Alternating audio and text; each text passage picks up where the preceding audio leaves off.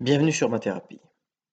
Dans le cadre du chapitre sur les suites numériques, dans la partie applications financières, nous abordons maintenant une cinquième vidéo sur la constitution d'un capital. Alors, on a déjà travaillé avec le simulateur d'épargne. On verra qu'on peut disposer également d'un autre outil qui est le calculateur d'épargne. Et puis, dans la partie emprunt hypothécaire, nous travaillerons avec un simulateur immobilier et un comparateur de taux hypothécaires. Donc prenons le cas d'une personne qui désire se constituer un capital pour ses vieux jours ou tout simplement se constituer un capital pour acheter un bien immobilier. Elle peut le faire en versant régulièrement, tous les ans par exemple, une certaine somme que nous supposerons toujours la même pour simplifier les calculs. Et donc elle va déposer cette somme sur son livret d'épargne. Quel capital aura-t-elle constitué après N versements annuels? Alors je prends l'exemple de Monsieur Lejeune. Il verse le 1er janvier de chaque année pendant 20 ans une somme de 500 euros. On appellera cette somme A pour annuité, donc le versement qu'on effectue une fois par an.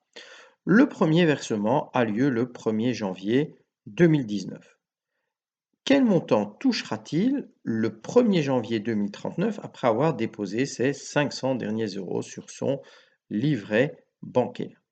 Alors, sachant ici que le taux annuel, donc on parlera simplement, pour faciliter les choses, d'un taux de base de 2%. Chaque versement de l'annuité A est devenu, après N années autotées, donc puisque cette annuité est déposée sur un livret d'épargne autoté, et que je vais laisser cette somme sur mon livret, je vais donc me référer à ce que j'ai vu dans ma première vidéo sur les intérêts composés, CDN égale, dans ce cas-ci, A fois 1 plus T exposant N. Alors dans le petit tableau que je vous représente ici, je vais représenter année après année le détail des versements avec les intérêts générés par le versement des années précédentes. Donc tout d'abord, donc ce 1er janvier 2019, je dépose 500 euros sur mon livret.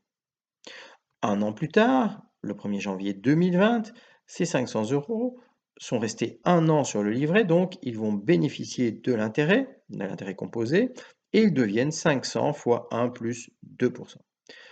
Et là, je vais redéposer 500 euros sur mon livret. La troisième année, donc là on est le 1er janvier 2021, les 500 euros de la première année vont régénérer un intérêt, ils deviendront 500 euros fois 1 plus 2% au carré. Les 500 euros de la deuxième année, eux, vont pour la première fois bénéficier d'un intérêt, alors que je dépose une troisième fois 500 euros sur mon compte.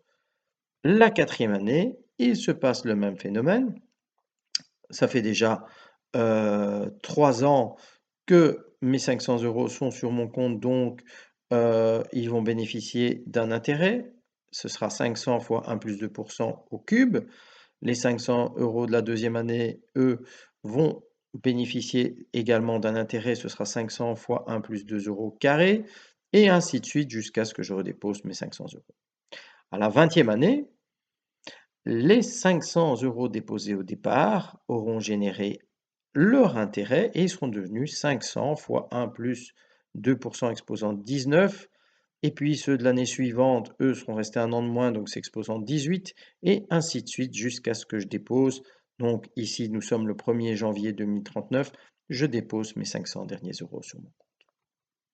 Si je reprends donc ce tableau, les différents montants de la 20e année vont former une suite géométrique. Si on la commence par le dernier montant versé, donc 500 euros, cette suite a comme premier terme donc l'annuité A, 500 euros, et comme raison Q, 1 plus T, donc 1 plus 2%, puisqu'à chaque fois, je vais multiplier les 500 euros par 1 plus 2%. Le capital constitué, donc le 1er janvier 2039, ce capital C, sera la somme des termes de cette suite, donc cette progression géométrique SN. Alors, nous avions une formule pour calculer ce SN, donc ici, je souhaite calculer la somme de 20 termes d'une suite géométrique, de raison 1 plus 2%, et de premier terme 500 euros qui est l'annuité. Je vous rappelle donc la formule qui vous donne la somme des n premiers termes d'une suite géométrique, c'est égal à T1 multiplié par 1 moins Q exposant n sur 1 moins Q. Dans ce cas-ci, T1 est égal à l'annuité, A, et le Q est égal à 1 plus 2%. Cette formule devient donc, après transformation, Sn est égal à A fois 1 plus T exposant n moins 1 sur T. À la fin des 20 années de versement, le capital économisé est la somme des termes de la dernière ligne du tableau. Il s'agit donc de S20, donc la somme des 20 premiers termes de cette suite géométrique. C'est donc égal à 500 fois 1 plus 2% exposant 20 moins 1 divisé par 2%, à savoir 12 148,68 euros. Alors, ce qui est intéressant, c'est de se dire que si j'avais simplement économisé tous les ans 500 euros chez moi, je les place sous le matelas caché, j'aurais déposé 20 fois 500 euros, c'est-à-dire que j'aurais économisé 10 000 euros. En les déposant sur un livret d'épargne à intérêt composé, eh bien, j'ai donc 2148,68 euros d'intérêt supplémentaire. Si maintenant j'utilise cette formule pour travailler en versement mensuel, donc au lieu de verser une fois par an un montant à la fin de chaque année, je vais ici le verser une fois par mois, toujours sur un livret d'épargne.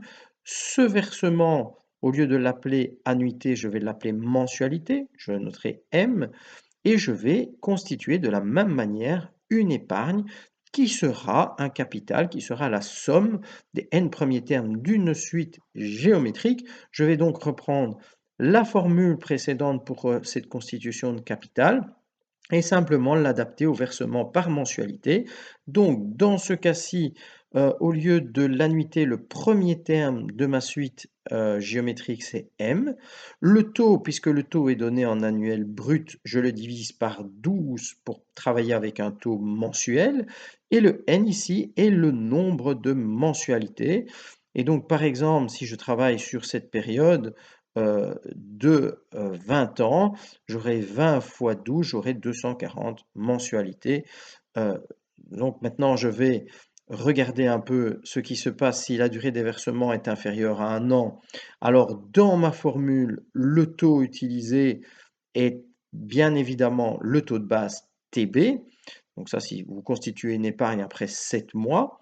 Par contre, pour toute durée supérieure à 1 an, eh bien, le taux sera majoré de la prime de fidélité PF. Alors, il y aura toujours une différence entre la formule théorique et la réalité calculée sur le simulateur d'épargne wikifin.be, puisque dans ma formule théorique, je vais considérer par exemple que chaque montant versé pour une durée supérieure à 1 an l'a été depuis plus d'1 an. Or, en pratique, si j'économise pendant 5 ans tous les mois le même montant de 500 euros, effectivement, pendant les 4 premières années, quand je vais faire le calcul à la fin de la 5e année, tous ces versements auront été versés sur mon compte depuis plus d'1 an. Par contre, les 12 derniers versements, eux, ne vont pas bénéficier de la prime de fidélité, ils seront au taux de base. La formule du coup à utiliser devient très compliquée. Alors ce n'est pas le but ici. Ici, le but, c'est de faire le lien entre la théorie mathématique et le fonctionnement du logiciel sur wikifin.be, puisque le logiciel nous calcule précisément ces montants. Ici, c'est simplement des petites estimations pour bien comprendre ce que nous sommes en train de faire en utilisant ce logiciel. Alors, je retourne sur wikifin.be, je vais me rendre à nouveau dans la section outils pratiques. Je sélectionne cette fois-ci non plus, aussi je sélectionne le simulateur, le calculateur d'épargne, donc c'est plus le simulateur de compte d'épargne, mais le calculateur. Donc ici, je ne recherche pas une banque, mais je vais calculer le montant de mon épargne. Donc je vais utiliser la formule de constitution de capital par versement mensuel. Dans ce cas-ci, je simule un versement tous les mois de 500 € sur mon livret d'épargne. Je vais l'effectuer pendant 60 mois. Donc 60 mois, ça équivaut à 5 années. Le taux de base est de 1,2%, la prime de fidélité de 0,3%, ça implique un taux généré de 1,5%.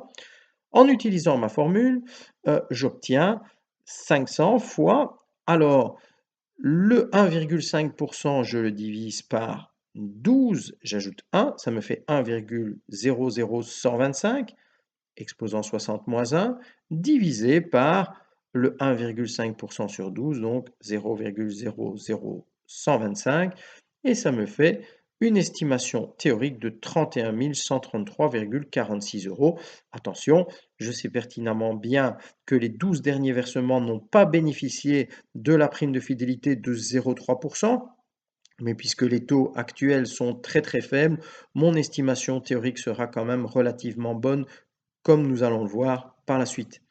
Alors, en utilisant le calculateur, comme je vous l'ai montré, je vais venir choisir. Alors, il faut faire très attention parce que entre le calculateur et le simulateur, dans le calculateur, vous placez 0 € au départ. Et tous les mois, vous allez verser 500 €. Il fonctionne comme ceci. Dans le simulateur, il faudra d'abord partir d'un montant de 500 € et puis en versement mensuel, continuer à placer 500 €. Donc, au niveau du logiciel utilisé, ils ne fonctionnent pas tous les deux de la même façon. C'est pour ça que j'ai fait une vidéo pour vous permettre de bien suivre ce qui se passe. Vous avez effectué 60 versements de 500 €, c'est-à-dire qu'au total, vous avez versé 30 000 € et donc les intérêts produits sont de 1 125,56 €. Donc au total, le calculateur vous donne 31 125,56 € pour une durée de 5 ans à un taux d'intérêt de 1,5%. Vous avez même ici un petit graphique. Alors ce petit graphique, il est à mettre en lien avec ce que nous avions fait dans la première vidéo. En bleu, au fait, vous avez les intérêts, le système d'intérêt simple, donc vous avez une droite, et ce qui dépasse en rouge, c'est la proportion due au fait aux intérêts composés, donc à la fameuse croissance exponentielle que nous aborderons plus en détail dans votre cours de sixième ou de terminale si vous êtes en France. Le calculateur d'épargne nous livre donc un montant final escompté de 31 125,56 €. Il y a donc une différence de 7,9 € avec les estimations de la formule théorique. Évidemment, on tient bien compte que les derniers versements n'ont pas bénéficié de la prime de fidélité dans ce calculateur. Et donc, en utilisant le simulateur d'épargne le 9 janvier 2019, avec un montant initial de 500 €. Je vais effectuer 59 versements de 500 € supplémentaires. Donc là, je vous ai dit de faire attention parce que quand je travaille maintenant avec le simulateur, j'ai toujours choisi une banque avec réseau d'agence, un compte classique, un compte adulte. Mais ici, contrairement au calculateur, je dois placer un premier versement de 500 € et puis 59 autres versements de 500 € sur une durée bien sûr de 5 ans. Je lance la simulation et donc j'obtiens le même genre de tableau que pour un livret d'épargne simple, sauf qu'ici j'ai constitué un capital et donc mes propositions sont à nouveau classées par ordre de la plus préférable à la plus défavorable. Alors, il y a 46 possibilités. Je ne les ai pas toutes affichées ici à l'écran. J'ai pris la meilleure et la moins bonne.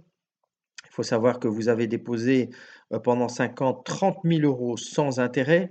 Et si vous vous rendez chez Beobank, vous n'aurez que 134 € d'intérêt sur 50 placements.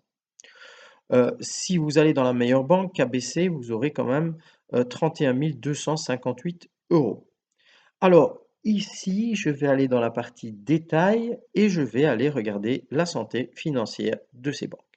Je me rends compte que KBC n'a pas publié tous ses résultats concernant son rating.